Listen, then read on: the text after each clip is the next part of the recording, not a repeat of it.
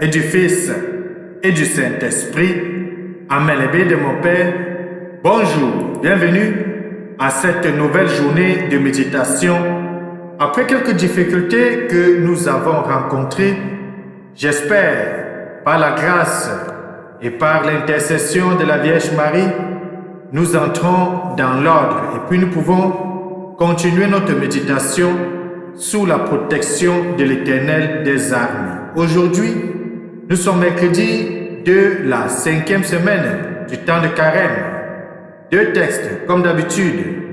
D'abord, la lecture du livre du prophète Daniel, au chapitre 3, des versets 4 à 20, puis les versets 91 à 95. Nous allons lire l'histoire de ces trois braves, Sidrac, Misac et Abdenago, qui vont résister aux ordres du roi Nabucodonosor. Pour rester fidèles à leur Dieu, Dieu va venir les sauver dans la fournaise ardente. Et cette résistance va toucher la sensibilité du roi Nabucodonosor, qui va tourner son regard désormais vers le Dieu de Sidrac, de Misac et d'Abdenago. La paix de mon Père, cela doit être une leçon pour nous de savoir résister et d'avoir peur de celui qui tue l'âme, de ne pas avoir peur de celui qui tue le corps. Celui qui tue l'âme, c'est notre Dieu, c'est l'Éternel des armées. Ensuite, nous allons continuer la lecture de l'Évangile de Jésus-Christ selon Saint Jean au chapitre 8, les versets 31 à 42, où nous allons voir comment notre Seigneur Jésus-Christ va donner un enseignant sur la vérité, sur l'identité de Dieu, sur la liberté, sur le péché et sur la véritable appartenance au Dieu d'Abraham. Cet enseignement qu'il va donner aux Juifs sera un enseignement plein de sagesse, mais surtout un enseignement qui nous donne une fois de plus l'identité de qui est notre Dieu et qui est notre Créateur. Tournons nos sens donc à l'intérieur. Apprêtons les différents textes de méditation d'aujourd'hui. Je vous invite à lire particulièrement cette histoire qui est tirée du livre de Daniel et de voir comment notre Seigneur est toujours à côté de nous. Bienvenue.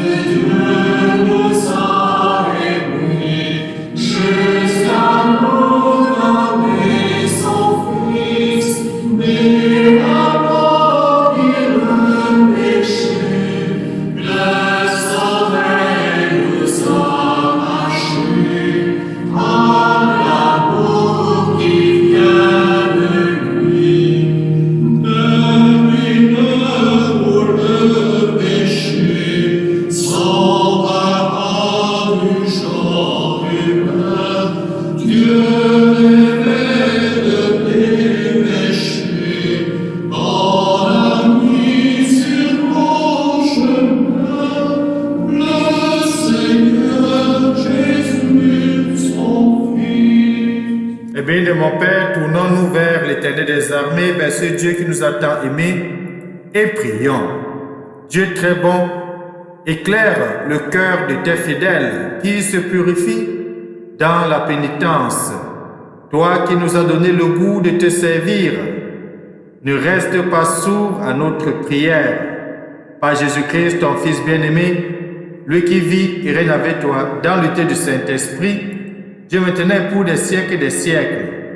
Amen. Je vous invite à ouvrir votre livre du prophète Daniel au chapitre 3, de lire les versets 14 à 20, puis les versets 91 à 95. Et ensuite, méditons ensemble le cantique de Daniel, le cantique de Daniel chapitre 3.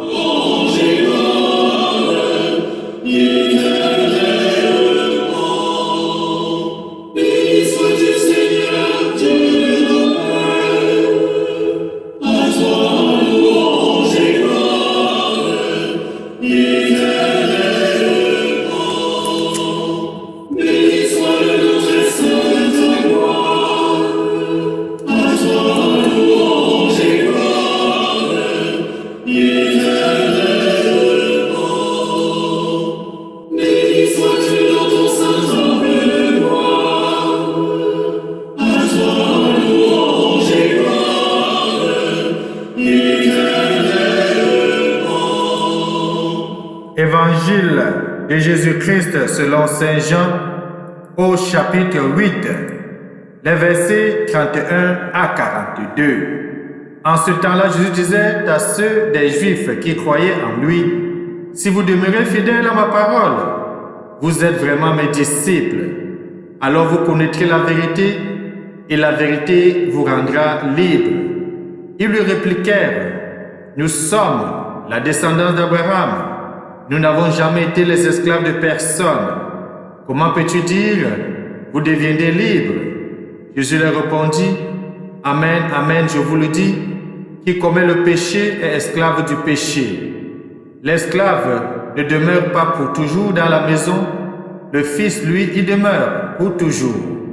Si donc le Fils vous rend libre, réellement vous serez libre. Je sais bien que vous êtes la descendance d'Abraham, et pourtant vous cherchez à me tuer, parce que ma parole ne trouve pas sa place en vous. Je dis ce que moi j'ai vu auprès de mon Père, et vous aussi, vous faites ce que vous avez entendu chez votre Père. » Ils lui répliquèrent, « Notre Père, c'est Abraham. » Jésus lui dit, « Si vous étiez des enfants d'Abraham, vous feriez les œuvres d'Abraham. Mais maintenant, vous cherchez à me tuer, moi, un homme, qui vous ai dit la vérité, que j'ai entendu de Dieu. Cela, Abraham ne l'a pas fait. Vous faites les œuvres de votre Père. » Ils lui dirent, « Nous ne sommes pas nés de la prostitution. Nous n'avons qu'un seul Père, c'est Dieu. » Je leur dis, « Si Dieu était votre Père, vous m'aimeriez. Car moi, c'est de Dieu que je suis sorti et que je viens. Je ne suis pas venu de moi-même, c'est lui qui m'a envoyé. » Acclamons la parole de Dieu. Louange à toi, Seigneur Jésus-Christ. C'est de Dieu que je suis sorti et que je viens. Je ne suis pas venu de moi-même, c'est lui qui m'a envoyé. Nous sommes là en Jean 8, verset 42b. Eh bien, mon Père, ce passage me dit quelque chose de beau. Ça me ramène dans les souvenirs d'un certain 10 juin 2017, date au cours de laquelle cette parole était le passage choisi qui m'inspirait à dire un oui à l'Éternel des armées, à oui pour être son ouvrier, à oui pour être, n'est-ce pas, dans sa maison et surtout d'être dans sa plantation. Eh bien, de mon Père, comme cela se dit très bien, Jésus dit que ce n'est pas de lui-même qu'il est venu, il vient au nom de celui qui l'a envoyé. Et nous aussi, lorsque nous devenons des chrétiens, lorsque nous acceptons le baptême, nous acceptons être au milieu de ce monde, un envoyé, l'envoyé de celui qui est notre Père et qui nous met en mission. Mais avant cela, Jésus dit quelque chose de beau. Vous connaîtrez la vérité vous rendra libre, la vérité vous affranchira. Jean 8, verset 32. La vérité et la liberté, nous le savons, sont peut-être ce que les hommes recherchent le plus. Mais qu'est-ce que la vérité? Face à Pilate, siégeant pour le juger, Jésus déclarera bientôt, « Je ne suis venu dans le monde que pour rendre témoignage à la vérité. Quiconque est de la vérité, écoute ma voix. » La question est simple, bien de mon Père, de quel côté tu te trouves souvent dans ta vie? Du côté de la vérité ou du côté du mensonge? Le Père de la vérité, nous le savons, c'est notre Créateur, puisque Jésus va dire, « Je suis le chemin, je suis la vie, je suis la vérité. » Et d'ailleurs, nul ne peut aller vers le Père sans passer par moi. Et très loin encore, il va dire, « Le Père du mensonge. » Oui, le Père du mensonge, on le connaît, c'est Satan, le diable. Les bénis de mon Père, comme beaucoup d'hommes, Pilate n'a pas compris que la vérité est plus qu'une doctrine, plus qu'un enseignement, plus qu'une pensée. C'est le Verbe fait chair. C'est Jésus venant nous donner les paroles de la vie éternelle. C'est toute la vie du Fils incarné, manifestant l'amour du Père. C'est toute la vie de notre Sauveur. Quand on n'a pas accueilli sa lumière, on demeure prisonnier des ténèbres. Lorsqu'on n'a pas accueilli Jésus-Christ, nous sommes prisonniers de nos fautes, nous sommes prisonniers du péché. La vérité qui nous rend libres, c'est Jésus lui-même et tout son mystère.